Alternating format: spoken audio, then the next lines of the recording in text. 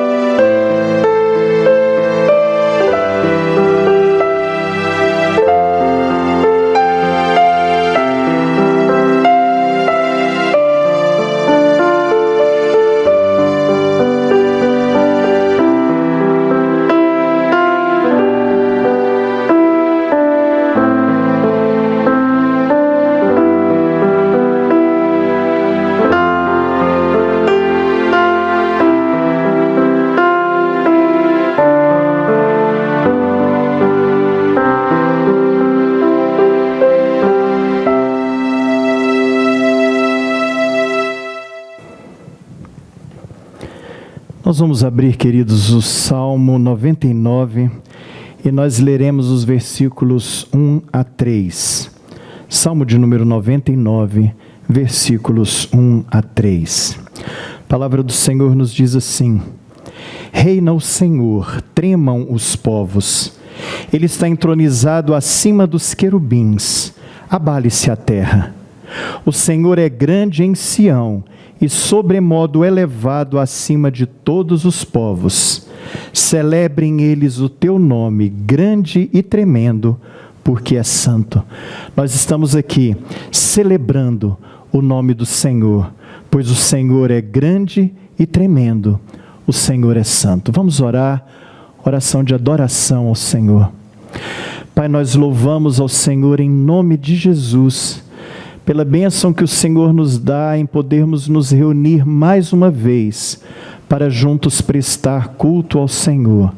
Senhor, Deus grande, Deus tremendo, Deus santo, e nós reconhecemos o poderio do Senhor, a grandeza do Senhor, a santidade do Senhor, e clamamos em nome de Jesus, que o Senhor nos assista, clamamos em nome de Jesus, que o Senhor nos abençoe em todas as partes deste culto, para que sejamos edificados, mas que acima de tudo, Pai, o Senhor seja honrado e seja glorificado. É a nossa oração e nós a fazemos em nome de Jesus. Amém e amém. Vamos juntos louvar ao Senhor com um cântico ao único que é digno.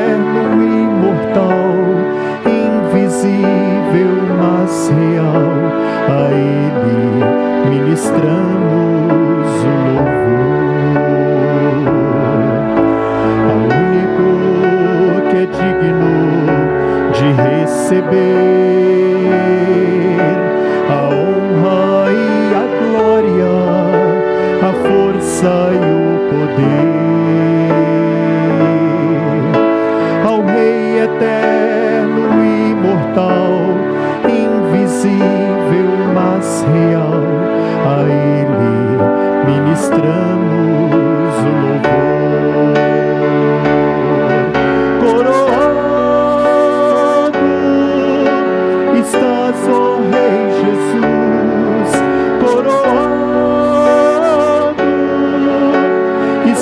ó Rei Jesus.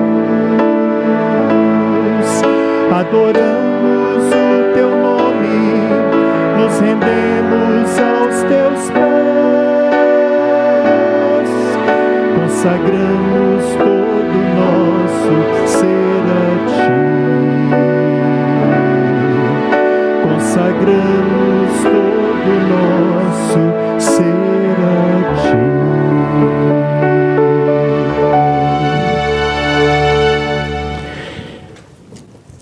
Ainda no Salmo de número 99, nós leremos os versículos 4 e 5.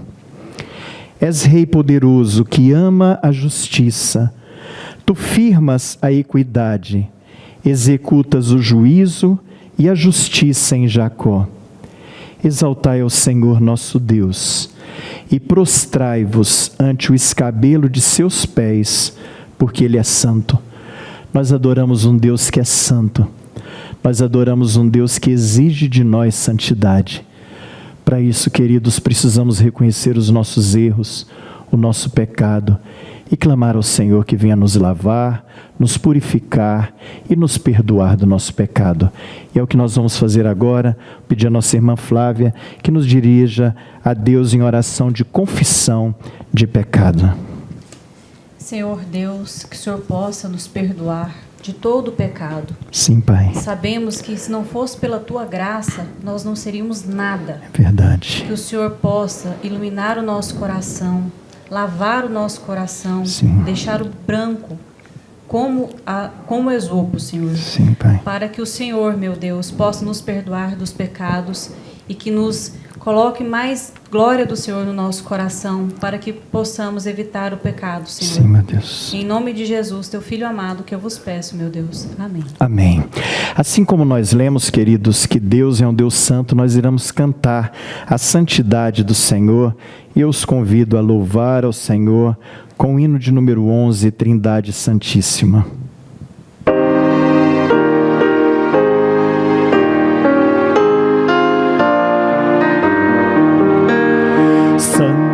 Santo, Santo, Deus onipotente,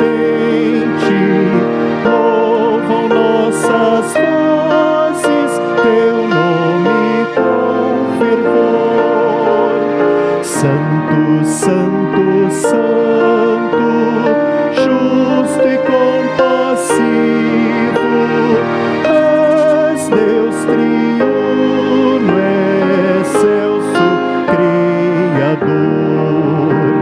Santo, Santo, Santo, nós os pecadores não podemos ver tua glória sem temor.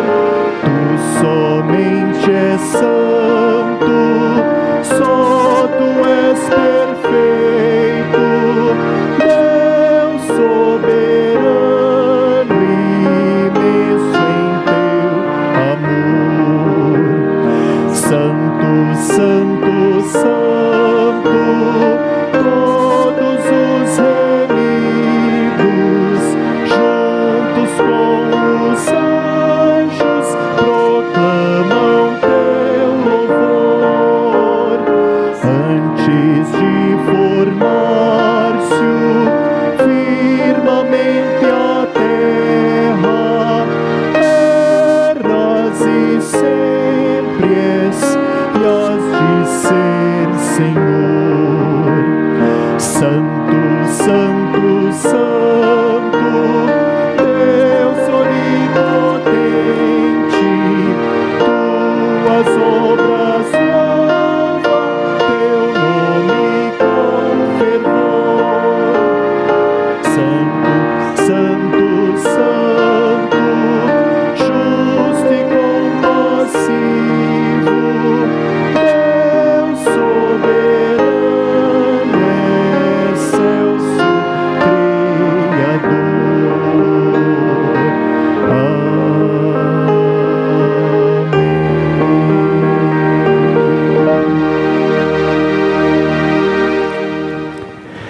Salmo 99, versículo 9. Exaltai ao Senhor nosso Deus e prostrai-vos ante o seu santo monte, porque santo é o Senhor nosso Deus. Queridos, nós adoramos um Deus que é santo, um Deus glorioso, um Deus que somente Ele é digno de receber toda a honra, toda a glória e todo o louvor. Vamos louvá-lo com esse cântico, digno és de glória.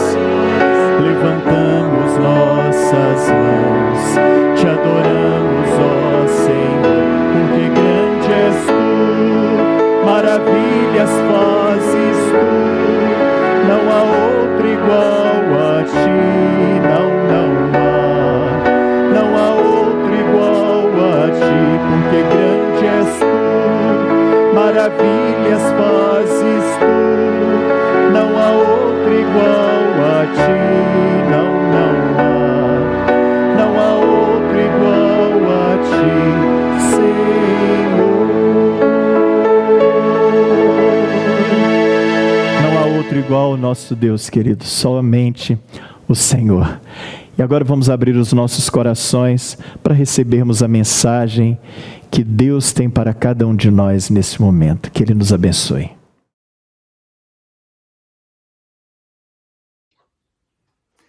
Olá! Você já se perguntou nesses dias que nós estamos vivendo quais as razões que Deus tem para permitir essa pandemia? Por que Deus permite esta pandemia? Eu creio que tem um texto na Escritura que nos ajuda muito a entender as respostas. Jesus, quando inquirido sobre alguns eventos que estavam acontecendo naquela época, sobre quais as razões daquilo, Jesus traz respostas e eu creio que será muito elucidativo para nós. Lucas capítulo 13, a partir do verso 1 até o verso 9. Vamos ler esse texto? A Bíblia diz assim: Naquela mesma ocasião, chegando alguns, falavam a Jesus a respeito dos galileus, cujo sangue Pilatos misturara com os sacrifícios que os mesmos realizavam. Ele, porém, lhes disse: Pensai que esses galileus eram mais pecadores do que todos os outros galileus por terem padecido estas coisas? Não eram, eu vou-lo afirmo. Se, porém, não vos arrependerdes, todos igualmente perecereis. Ou cuidais que aqueles 18 sobre os quais desabou a torre de Siloé e os matou, eram mais culpados que todos os outros habitantes de Jerusalém? Não eram, eu vou-lo afirmo. Mas se não vos arrependerdes, todos igualmente perecereis. Então Jesus proferiu a seguinte parábola. Certo homem tinha uma figueira plantada na sua vinha e, vindo procurar fruto nela, não achou. Pelo que disse ao viticultor: Há 3 anos venho procurar fruto nesta figueira e não acho. Podes cortá-la. Para que está ela ainda ocupando inutilmente a terra? Ele, porém, respondeu: Senhor, deixa ainda este ano, até que eu escave ao redor dela e lhe ponha estrume. Se vier a dar fruto, bem está, se não, mandarás cortá-la. Vamos orar. Santo Deus, nós te agradecemos, Pai, porque temos esta oportunidade de estudar a Tua Palavra. E pedimos que a Tua Palavra seja esclarecedora para as dúvidas que muitas vezes têm acometido o nosso coração nesse tempo de adversidade. Fale ao nosso coração, ó Deus, pastoreie a nossa alma, em nome de Jesus. Amém.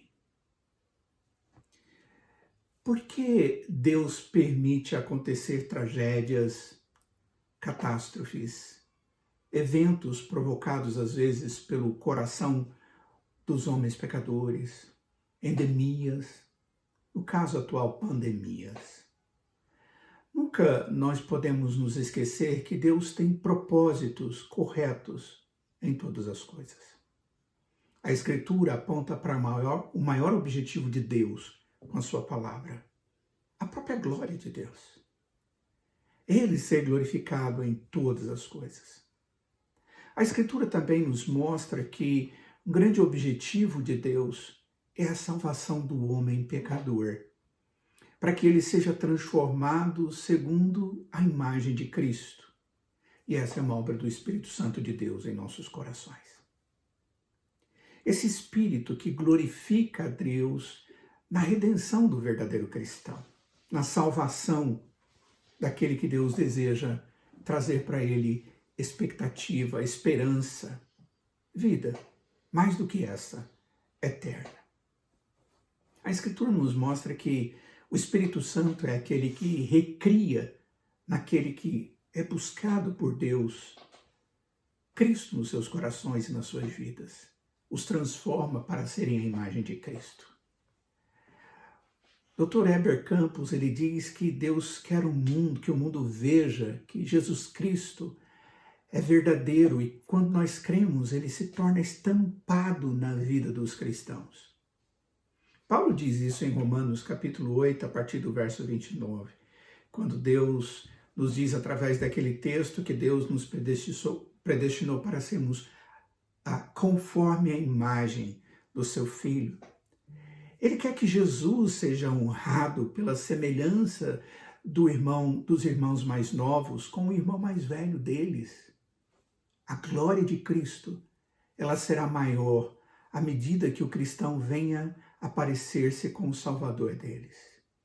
E muitas vezes, essa mudança, para que o indivíduo possa chegar a uma verdadeira conversão, arrependimento e fé, e transformação dos seus corações, e santificação das suas almas, isso passa pelo sofrimento. Quando o Espírito Santo trabalha em nós, ele torna Cristo evidentemente glorioso em nós.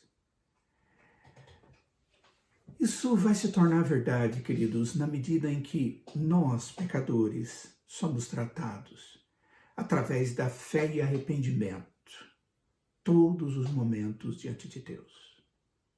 E isso requer uma vida humilde e arrependida. Nesse texto de Hebreus que nós lemos agora, o evangelista Lucas destaca-se dos demais evangelistas no aspecto dos detalhes históricos que ele traz. Houve uma preocupação em demonstrar de maneira cronológica os eventos que envolveram o ministério de Jesus.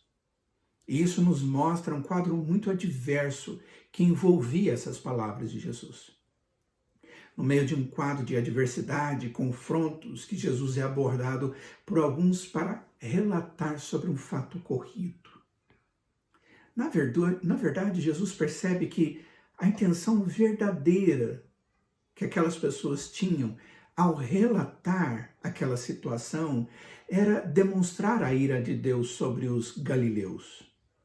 Contudo, Jesus mostra que não somente aqueles galileus, mas todos os homens devem ser arrependidos diante dos seus pecados ou serão penalizados por Deus. Vejamos alguns princípios sobre o arrependimento ensinados por este texto, onde Jesus fala àqueles que o abordam e traz para nós uma resposta sobre por que Deus permite situações adversas. Nesse momento agora, por que Deus permite essa pandemia?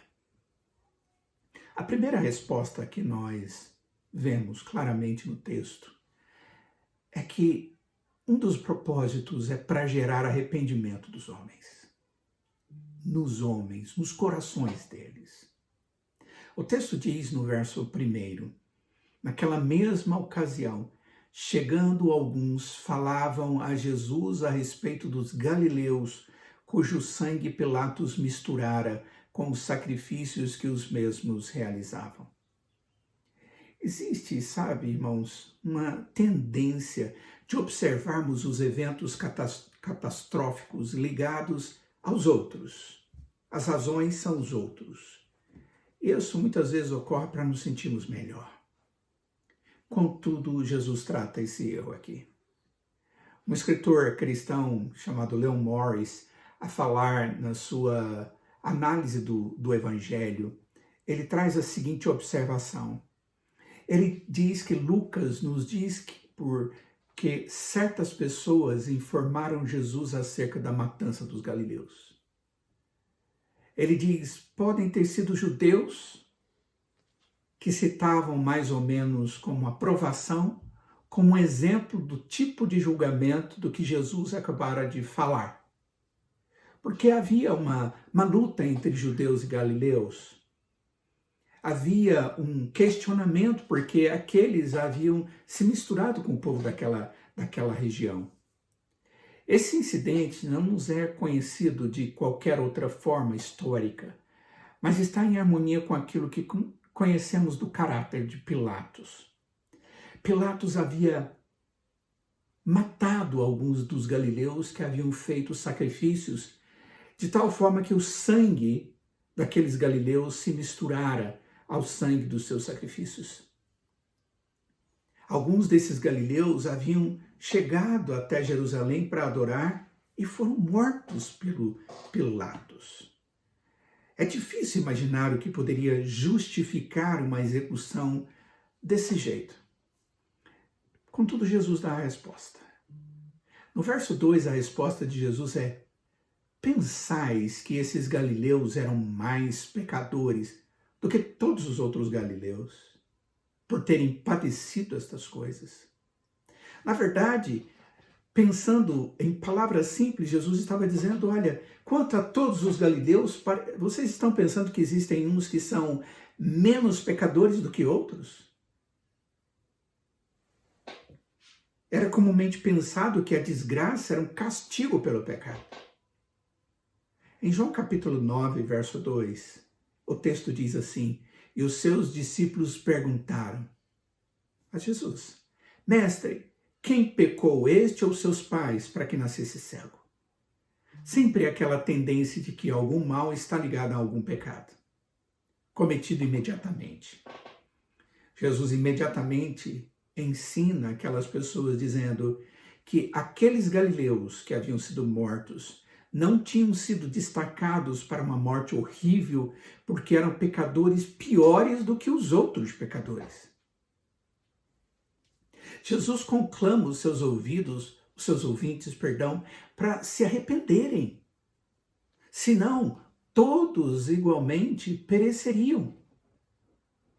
E essa linguagem é uma linguagem que aponta para um evento histórico imediato, mas aponta também para um evento final, futuro, que está reservado para todo aquele que não se arrepende e permanece no seu pecado. Jesus não vê qualquer necessidade de argumentar a respeito de todos que são pecadores. Ele simplesmente diz, olha, o que é necessário é que todos se arrependam, porque todos são pecadores. O apóstolo Paulo, escrevendo aos Romanos, no capítulo 3, ele diz um verso que muitos de nós têm na ponta da língua. 3:23, que diz: todos pecaram e carecem da glória de Deus. Jesus, como ocorre em outros textos, toma a pecaminosidade universal como fato básico. Todos nós, todos os seres humanos somos pecadores. A palavra no texto igualmente que é usada, ele diz: todos igualmente perecerão. Esta palavra dificilmente poderia significar que todos seriam mortos exatamente da mesma maneira, como aqueles sendo mortos no meio dos seus sacrifícios.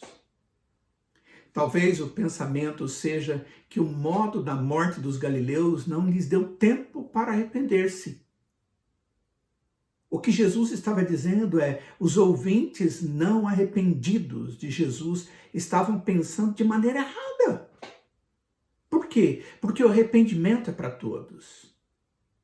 Lembre-se, a morte, sem arrepender-se pelo seu pecado e crer em Jesus como aquele que perdoa pecados, traz a certeza de uma morte eterna para todos que não se arrependem. Imediatamente depois, Jesus passa a falar a respeito de uma outra desgraça em Jerusalém agora, na cidade dos judeus, que também é conhecido somente através dessa referência. Nós não vamos encontrar outro texto bíblico falando daquilo que Jesus vai narrar. 4 e 5, os versos 4 e 5. Ele diz: ou cuidais, vocês estão falando desses galileus, vamos pensar dos judeus, vamos pensar naqueles. Ou cuidais que aqueles 18 sobre os quais desabou a torre de Siloé e os matou, eram mais culpados que todos os outros habitantes de Jerusalém. É como se ele dissesse: esses eram um grupo de pecadores, mais pecadores do que os outros. Jesus diz: não eram. Eu vou-lo afirmo. Mas se não vos arrependerdes, todos, diz o texto, todos igualmente perecereis. O que o Senhor Jesus queria que eles entendessem é que os 18 que tinham morrido quando desabou a terra de Siloé e os matou, fossem menos culpados. Literalmente, a expressão ali é devedores. Homens que estão devendo obediência a Deus. Eles não são menos ou mais devedores do que as outras pessoas.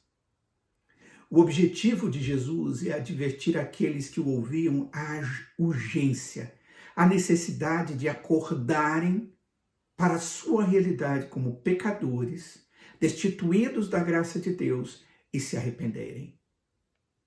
Lucas, ele emprega aqui algo que textualmente é muito importante, eu não vou explicar muito, mas vou dar-lhes uma síntese do que ele está dizendo. Lucas emprega o presente do imperativo como uma força contínua, como algo que tem que acontecer. E no verso 3, ele usa uma expressão, um auristo, que dá uma ideia de uma ação decisiva, tem que acontecer de forma decisiva. E o que tem que acontecer de forma decisiva é o arrependimento. O arrependimento está relacionado com a conversão, como também com todos os dias da vida de um cristão, verdadeiro cristão responsável e dedicado. O apóstolo Paulo demonstra a sua alegria porque houve arrependimento nos coríntios, mesmo que isso, por um instante, tivesse gerado tristeza neles. Na verdade, o que nós sabemos é que não existe arrependimento sem tristeza por ter cometido o erro, pecado. Paulo diz em 2 Coríntios capítulo 7, do verso 7 ao verso 10, agora me alegro não porque fostes contristados, mas porque fostes contristados para arrependimento, pois fostes contristados segundo Deus, para que de nossa parte nenhum dano sofresses. Porque a tristeza, segundo Deus, produz arrependimento para a salvação, que a ninguém traz pesar, mas a tristeza do mundo produz morte. O primeiro motivo que Deus tem ao permitir situações como essas, queridos, e quando nós perguntamos por que Deus permite a pandemia, ou um desastre que tenha acontecido dentro da nossa história, é para que as pessoas possam ver em si mesmos que são pecadores e que precisam de Deus, como aquele que age a seu favor quando nele creem, com um verdadeiro arrependimento. Esse é o primeiro motivo. Deus está fazendo com que todos nós olhemos para Ele. E ao olharmos para a sua santidade, olhamos para nós e vejamos a nossa pequenez e pecaminosidade com busca de arrependimento. A segunda razão que o texto nos traz é para que o homem entenda que sem arrependimento haverá uma expectativa de juízo maior do que este que nós estamos vivendo agora. Do verso 6 ao verso 9, o texto vai dizer isso. A partir de agora, Jesus vai nos falar através de uma parábola, usando a figura de uma figueira que não produzia frutos e que estava ali ocupando espaço, um terreno. Havia um homem que cuidava das plantações e o dono da terra. É interessante que não é a única vez que Jesus usa a figueira para falar da vida do cristão, do homem de uma maneira geral. Em Mateus capítulo 21, ele usa uma figueira infrutífera para ensinar os seus discípulos. Ele busca figos ali e não acha figos porque ela estava exatamente demonstrando de longe que haveria figos, mas só tinham folhas. E ele ordena, e aquela figueira murcha na hora, juízo sobre aquela que dizia ter figos, frutos bons, algo agradável, mas não tinha, era mentirosa. E Deus não se agrada de aparência. No Antigo Testamento, a figueira, ela também simbolizava o povo judeu. O povo judeu e a sua, em alguns momentos, desobediência. O profeta Oséias, no capítulo 9, no versículo 10, diz: Achei a Israel como uvas no deserto. Vi a vossos pais como as primícias da figueira nova, mas eles foram para Baal Peor e se consagraram à vergonhosa idolatria e se tornaram abomináveis como aquilo que amaram. Na parábola, porque não havia frutos na árvore, o dono da terra e daquela figueira diz: corte-a, arranque-a. Aquela figueira sem fruto estava correndo o risco de ser cortada como um ato de juízo. Ela não presta. Eu não quero ela. Toda vez que Deus opera na vida de alguém, é para que este esteja crescendo segundo a graça que lhe é concedida. Nós, homens, de uma maneira geral, crédulos ou não, temos desfrutado da graça comum de Deus, que nos dá todas as coisas que temos, do ar que respiramos, da existência que experimentamos, da comida que comemos, do sol que nos aquece, da chuva que molha e faz as coisas frutificar, de nossa existência. Contudo, quando não está acontecendo agora um entendimento e o homem está vivendo a parte de Deus, Deus permite situações para que ele entenda que essas coisas terríveis devem levar o homem ao arrependimento, porque senão o juízo vai ser pior do que aquilo que ele está vivendo agora. No verso 7 diz que o proprietário da figueira, por 3 anos, vinha buscar frutos na época certa e não achava. A figueira havia sido plantada num terreno fértil, numa vinha, e por 3 anos ela não produziu.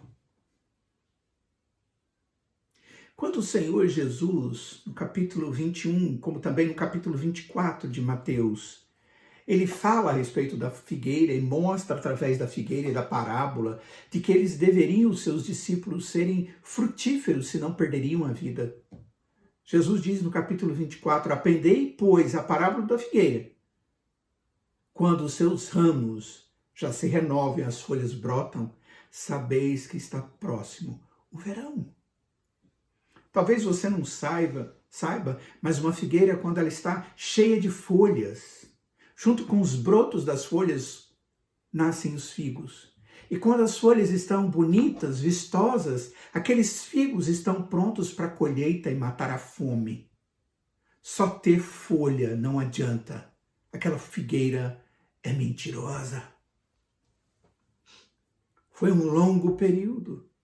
Agora já é tempo de juízo. É como se aquele senhor estivesse dizendo, já está na hora do juízo. O que o Senhor Jesus está contando com essa parábola, já está na hora do juízo. Pode cortá-la. Porque além de não produzir frutos, está ocupando o terreno que poderia ser usado para outro fim. Muitos homens desfrutam da maravilhosa graça de Deus, contudo não demonstram sua dependência e agradecimento a Deus através de uma vida piedosa, cheia de arrependimento diante dos seus pecados, que são inevitáveis. Sem arrependimento e fé em Deus, há somente uma expectativa de juízo agora e ainda maior no futuro. Essa é a mensagem encontrada em toda a Escritura.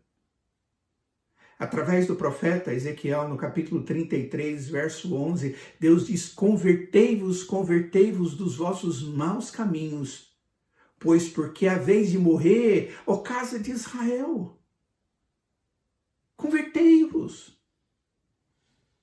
E esse, então, é o segundo motivo que nós devemos entender que existe esta pandemia. É para anunciar para nós que se nós não buscarmos a Deus e não nos arrependermos dos nossos pecados, este juízo é pouco, como comparado com o juízo eterno que Deus tem reservado para aqueles que não se arrependem e creem.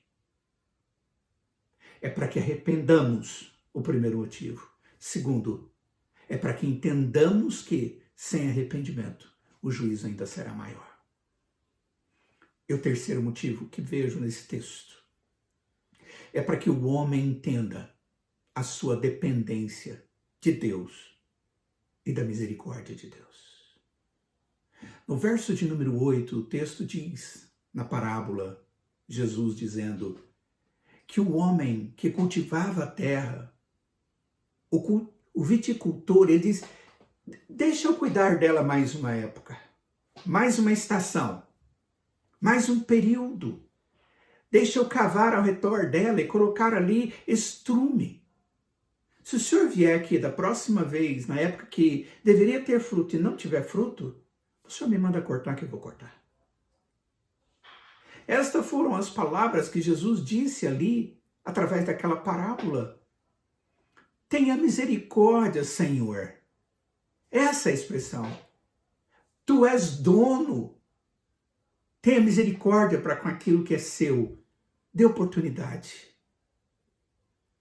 Queridos, todos nós, todo o universo é de Deus. Você já imaginou se a misericórdia de Deus fosse como a nossa misericórdia? Ou se a paciência de Deus fosse como a nossa paciência com os outros? O viticultor solicita para o senhor da figueira para cuidar só um pouquinho mais. Me dê mais um período. Muitas vezes o pecado afeta tanto as nossas vidas que nós perdemos a noção correta do certo e do errado. Por isso é necessário a ação de Deus na história. Por isso é necessário tempo para que seja restaurada a visão e as atitudes provenientes dessa visão restaurada em nós. Quanto tempo? Quantos eventos são necessários para que possamos ter nossas mentes e corações novamente moldados pela verdade de Deus? Essa resposta não depende de nós, mas inicialmente da graça e da misericórdia de Deus. O apóstolo Paulo afirma que a bondade de Deus é que nos conduz ao arrependimento. Ele diz em Romanos capítulo 2, verso 4, ou desprezas a riqueza da sua bondade e tolerância e longanimidade, ignorando que a bondade de Deus é que te conduz ao arrependimento? É uma pergunta que Paulo traz.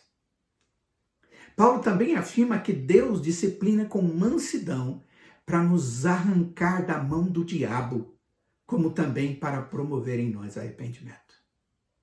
Ele escreve a Timóteo na sua segunda carta, no capítulo 2, versos 24 e 25, dizendo: disciplinando com mansidão os que se opõem, na expectativa de que Deus lhes conceda não só o arrependimento para conhecerem plenamente a verdade, mas também o retorno à sensatez, livrando-se eles do laço do diabo, tendo sido feitos cativos por ele para cumprirem a sua vontade.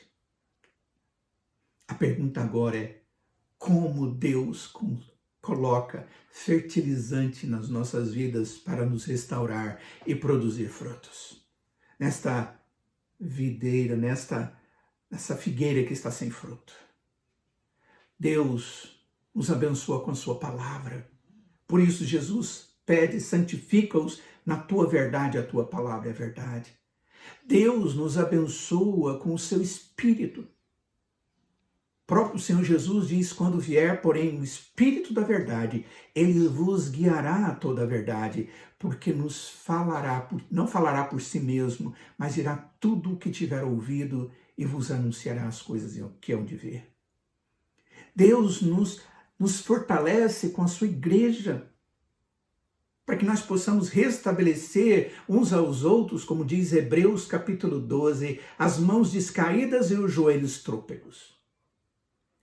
Deus nos permite crescer e fortalecer quando nós trabalhamos na sua força para servir aos outros, para o testemunho da graça de Deus. Deus nos abençoa quando nós aprendemos a ter uma dependência restrita a Ele.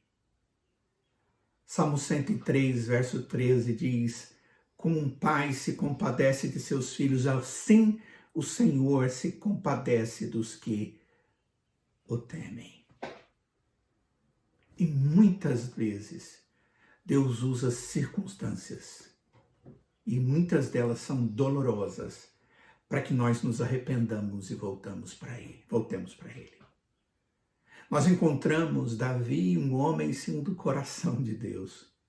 Foi um homem pecador, fez abominações, pecados terríveis, mas Deus o levou ao arrependimento. Ele sofreu por causa dos seus pecados, dores de consciência, dores físicas. Ele experimentou morte na sua família, pecados entre os seus filhos, lutas internas.